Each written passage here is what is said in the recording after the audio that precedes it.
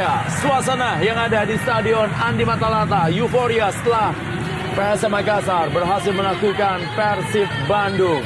Dan kembali lagi kita bisa saksikan pemirsa, luar biasanya duel yang terjadi di laga sore hari ini. Bagaimana ketatnya persaingan yang memang terjadi di klasemen. Dari Gojek Liga 1 bersama Bukalapak saling dekat-mendekat dalam poin.